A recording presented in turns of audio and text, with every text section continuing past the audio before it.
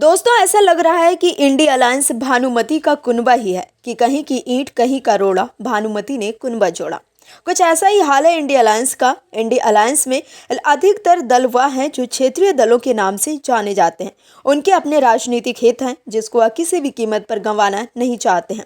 आपसी राजनीतिक महत्वाकांक्षाओं की वजह से ऐसी जूतम पहचान मची हुई है इंडी अलायंस में कि पैदा होने से पहले ही इंडी अलायंस के घटक दल आपस में मिलकर पूरे गठबंधन की तिलांजलि दे देंगे। कैसे, बताते हैं आपको इस रिपोर्ट में। इंडिया गठबंधन में अभी सीट शेयरिंग का फॉर्मूला तय भी नहीं हो पाया है और खींचतान मचने लगी है। इसका सबसे बड़ा उदाहरण बन रहा है बंगाल, जहां ममता बनर्जी ने न सिर्फ कांग्रेस बल्कि इंडिया गठबंधन को टेंशन दे दी है। अब इसको लेकर कांग्रेस सांसद अधीर रंजन चौधरी ने बड़ा बयान दिया है। अधीर रंजन चौधरी ने ममता बनर्जी के ऊपर आरोप लगाया है कि वह पश्चिम बंगाल में इंडिया गठबंधन की संभावना को बर्बाद कर रही है। अधीर रंजन चौधरी ने पत्रकारों से कहा कि मुख्यमंत्री खुद पश्चिम बंगाल में गठबंधन से डर रही है क्योंकि उनकी अपनी समस्याएं हैं। उन्होंने कहा कि अगर आप उनके भाषण सुने तो ये बात स्पष्ट हो जाती है। ये ऐसे वक्त में हुआ है जब तृणमूल कांग्रेस मुखिया ने हाल ही में एक पॉलिटिकल रैली को संबोधित किया था। इसमें उन्होंने कहा था कि पश्चिम बंगाल में वो अकेले ही बीजेपी से मुकाबला करेंगी, जबकि देश के अन्य हिस्सों में इंडिया गठबंधन चुनाव लड़ेगी। ममता बनर्जी ने कहा था कि केवल तृणमूल कांग्रेस ही है जो पश्चिम बंगाल में भाजपा को सबक सिखा सकती है। इसके साथ ही वह देश भर के लिए एक उदाहरण भी सेट करेंगी। ममता ने आगे कहा कि कोई अन्य पार्टी ऐसा नहीं कर पाएगी। दूसरी तरफ अधीर रंजन चौधरी ने कहा कि हम लोग अपनी तैयारियों में लगे हैं, हमें कोई फर्क नहीं पड़ता कि कौन हमारे साथ आ रहा है, कौन छोड़कर जा रहा है। उन्होंने आगे कहा कि हमें मुर्शिदाबाद जिले में पहले भी भाजपा और टीएमसी दोनों को कई बार हराया है। बता दें कि कुछ दिन पहले कांग्रेस सांसद अबू हाशिम खान चौधरी ने रिपोर्टर्स से कहा था कि टीएमसी पहले ही कांग्रेस को 2 सीटें देने पर सहमत है। उन्होंने कहा कि 2019 के लोकसभा चुनाव में टीएमसी ने 22 सीटें जीती थी। कांग्रेस ने तब बरहामपुर और मालदा साउथ की 2 सीटें जीती थी। उन्होंने आगे कहा कि अब ममता बनर्जी यही 2 सीटें कांग्रेस को देना चाहती हैं, जबकि हम कुछ और सीटें चाहते हैं। कांग्रेस सांसद ने उम्मीद जताई कि गठबंधन में कोई समस्या नहीं होगी। हालांकि टीएमसी ने अधीर रंजन चौधरी को निशाने पर लिया है। टीएमसी ने कहा कि कांग्रेस ने मुर्शिदाबाद जिले की सभी सीटें भाजपा को दे दी हैं। प्रदेश के मंत्री फिरहाद हाकिम ने कहा कि सीपीआईएम नेताओं के पास जाने के बाद कुछ कांग्रेस नेता भी वैसे ही भाषा बोलने लगे हैं। उन्होंने कहा कि चौधरी अपनी अंतरात्मा को बेच सकते हैं लेकिन हम नहीं। दोस्तों, जिस तरह से विपक्षी एकता के नेता को धूल धूसरित करने में लगे हैं, उसको देखकर लग रहा है कि कोई भी इनमें इकरार करने की पोजीशन में नहीं है। लोकसभा चुनाव से पहले कांग्रेस की नींद उड़ गई है। कांग्रेस को डर लग रहा है कि बीजेपी इस बार भी 2024 में बाजी मार सकती है। ऐसे में कांग्रेस के नेता बेचैन हो गए हैं और तिल मिलाकर राम मंदिर को लेकर ऐसे बयान दे रहे हैं जैसे सब हैरान है। कांग्रेस ने एक बार फिर से राम के नाम की राजनीति शुरू कर दी है। कांग्रेस ये भूल जाती है कि राम इस देश की राष्ट्रीय संस्कृति है।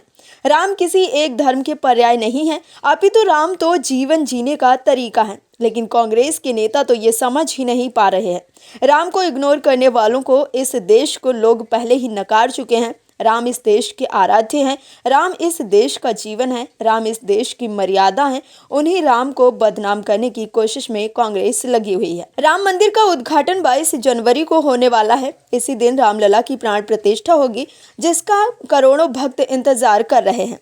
इस बीच कांग्रेस के नेता उदित राज ने एक ऐसा बयान दे दिया है जिस पर पार्टी घिर सकती है। उदित राज ने राम मंदिर के निर्माण को मनुवाद की वापसी बताया है। उदित राज ने ट्वीट किया, मतलब 500 वर्ष बाद मनुवाद की वापसी हो रही है। उदित राज ने अपने ट्वीट में राम मंदिर या रामलला की प्राण प्रतिष्ठा का जिक्र नहीं किया है, लेकिन 500 साल की बात से साफ है कि उनका इशारा राम मंदिर की ओर है। वहीं पीएम मोदी की ओर से अयोध्या में पुनर्विकसित रेलवे स्टेशन और नवनिर्मित हवाई अड्डे का उद्घाटन किए जाने के बाद कांग्रेस नेता राशिद अल्वी ने भी निशाना साधा है।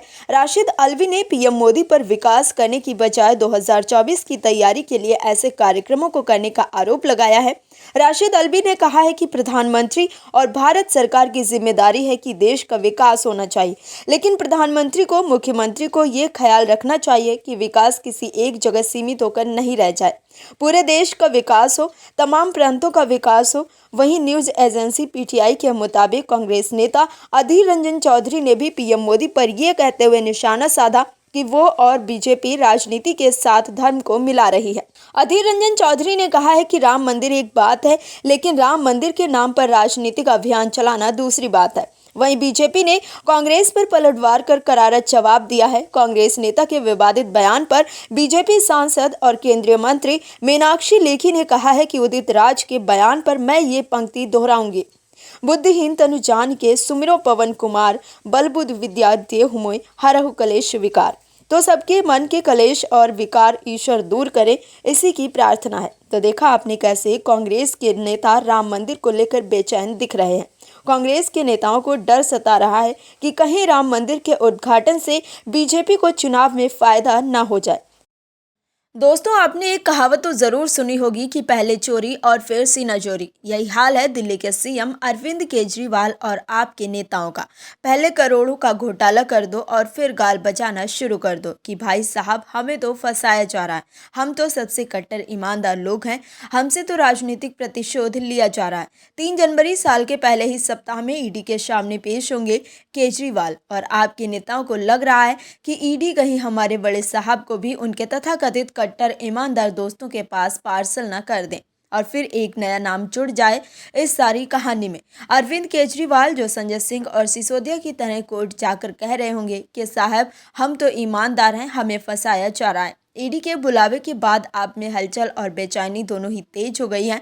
दिल्ली के सीएम अरविंद केजरीवाल की गिरफ्तारी को लेकर दिल्ली के मुख्यमंत्री और आम आदमी पार्टी के राष्ट्रीय संयोजक अरविंद केजरीवाल विपश्यना से लौट आए हैं। सीएम केजरीवाल के दिल्ली आते ही पार्टी अब एक्शन मोड में आ गई है और पार्टी में हलचलें भी बढ़ गई हैं। नया साल 2024 का आगाज हो गया है और 2023 की तरह आम आदमी पार्टी और इसके मुखिया अरविंद केजरीवाल को नए साल में भी मुश्किलों का सामना करना पड़ सकता है, जिसकी शुरुआत साल के तीसरे दिन ही हो सकती है। कथित शराब घोटाले से जुड़े मनी लॉन्ड्रिंग केस में अरविंद केजरीवाल को प्रवर्तन निदेशालय ने पूछताछ के लिए बुलाया है। इससे पहले 2 समन को केजरीवाल दरकिनार कर चुके हैं। आप और खुद अरविंद केजरीवाल आशंका जाहिर कर चुके हैं कि मनीष सिसोदिया और संजय सिंह की तरह उन्हें भी गिरफ्तार किया जा सकता है। हालांकि केजरीवाल ईडी के सामने पेश होंगे या नहीं, अभी इस पर सस्पेंस बरकरार है, लेकिन उससे पहले आम आदमी पार्टी बैठक पर बैठक कर रही है। वहीं शराब घोटाले के अलावा बंगला विवाद भी मुश्किलें बढ़ा सकता है, जिसमें सीबीआई ने प्राथमिक जांच शुरू कर दी है। केजरीवाल को जहां गिरफ्तार किए जाने की आशंका है तो मनीष सिसोदिया और संजय सिंह जैसे बड़े नेताओं को जमानत नहीं मिल पा रही है। आम आदमी पार्टी के 2 प्रमुख नेताओं के जेल चले जाने और खुद अरविंद केजरीवाल पर गिरफ्तारी की तलवार लटकने के बाद आम आदमी पार्टी की सरकार और संगठन के लिए चुनौतियां बहुत बढ़ चुकी हैं। केजरीवाल के दाएं और बाएं हाथ कहे जाने वाले मनीष सिसोदिया और संजय सिंह लंबे समय से जेल में हैं, तो वहीं सत्येंद्र जैन भी एक अन्य मनी लॉन्ड्रिंग केस में फंसे होने की वजह से पार्टी और सरकार के कामकाज से दूर हैं। ऐसे में पार्टी के लिए संगठन और सरकार दोनों ही मोर्चों पर कई मुश्किलों का सामना करना पड़ सकता है। लेकिन केजरीवाल सरकार का दावा है कि उसके नेताओं की गिरफ्तारी से दिल्ली की सेवा में कमी नहीं आई है। अब देखना होगा कि इस बार केजरीवाल ईडी के सामने हाजिर होते हैं या नहीं। लोकसभा चुनाव में अब लगभग 3 से 4 महीने का समय बाकी रह गया है। सभी दल अपने हिसाब से एजेंडा सेट करना शुरू कर चुके हैं। लोकसभा चुनाव 2024 जहां तक हो सकता है कि इंडिया अलायंस और बीजेपी के नेतृत्व वाले एनडीए के बीच हो सकता है। अभी तक राजनीतिक समीकरण देखकर तो ऐसा ही लग रहा है, लेकिन बीजेपी ने चुनाव से पहले ही विपक्ष को चारों खाने चित करके रख दिया है। अभी विपक्ष सीट शेयरिंग में उलझा हुआ है। तब तक तो भाजपा ने लोकसभा चुनाव को राष्ट्रवाद और सनातन की पिच पर लाकर सेट कर दिया है। अब विपक्ष को बॉलिंग भी यहाँ करनी है और बैटिंग भी यहीं करनी है, जिसमें विपक्ष की हालत बहुत खस्ता है। कैसे बीजेपी ने लोकसभा चुनाव 2024 को राम के इर्द गिर्द लाकर सेट कर दिया है। 22 जनवरी 2024 को अयोध्या में बन रहे भव्य राम मंदिर में रामलला की प्राण प्रतिष्ठा होनी है। अगले साल लोकसभा चुनाव से पहले होने वाले इस कार्यक्रम को लेकर बीजेपी की ओर से बड़ी तैयारी चल रही है। लोगों के लिए अयोध्या की मुफ्त यात्रा का प्लान बनाया जा रहा है। साथ ही हर घर तक अक्षत बांटकर लोगों को आमंत्रित करने का भी इरादा है। बिहार को लेकर बीजेपी ने अयोध्या के लिए 20 दिन की लवकुश यात्रा का प्लान बनाया है। राजनीतिक जानकार मानते हैं कि राज्य में मजबूत जातिगत समीकरणों से पार पाने के लिए ये कदम उठाया गया है। ये यात्रा 2 जनवरी को राजधानी पटना से शुरू होगी और कई शहरों से होते हुए गुजरेगी। इस दौरान हवन और दूसरे धार्मिक कार्यक्रमों का भी आयोजन होगा।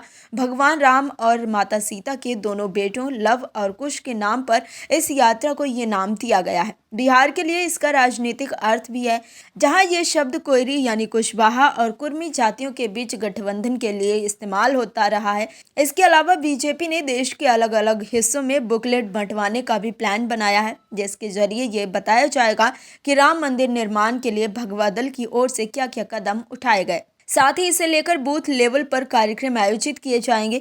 22 जनवरी को राम मंदिर के अभिषेक समारोह के दिन हर बूथ पर पार्टी कार्यकर्ता दिया प्रज्वलन कार्यक्रम आयोजित करेंगे।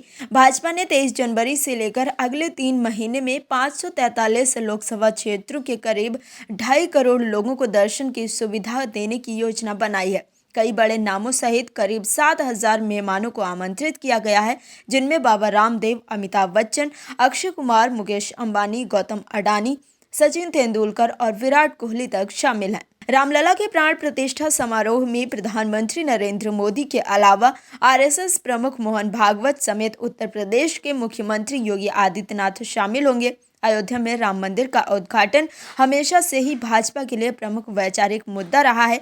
अब ये देश में अगले लोकसभा चुनाव से कुछ महीने पहले ही हो रहा है, जिसे पार्टी पूरी तरह भुनाना चाहती है। Bureau report, OMH news. और भी वीडियोस देखने के लिए चैनल को सब्सक्राइब करें और बेल आइकन को दबाएं।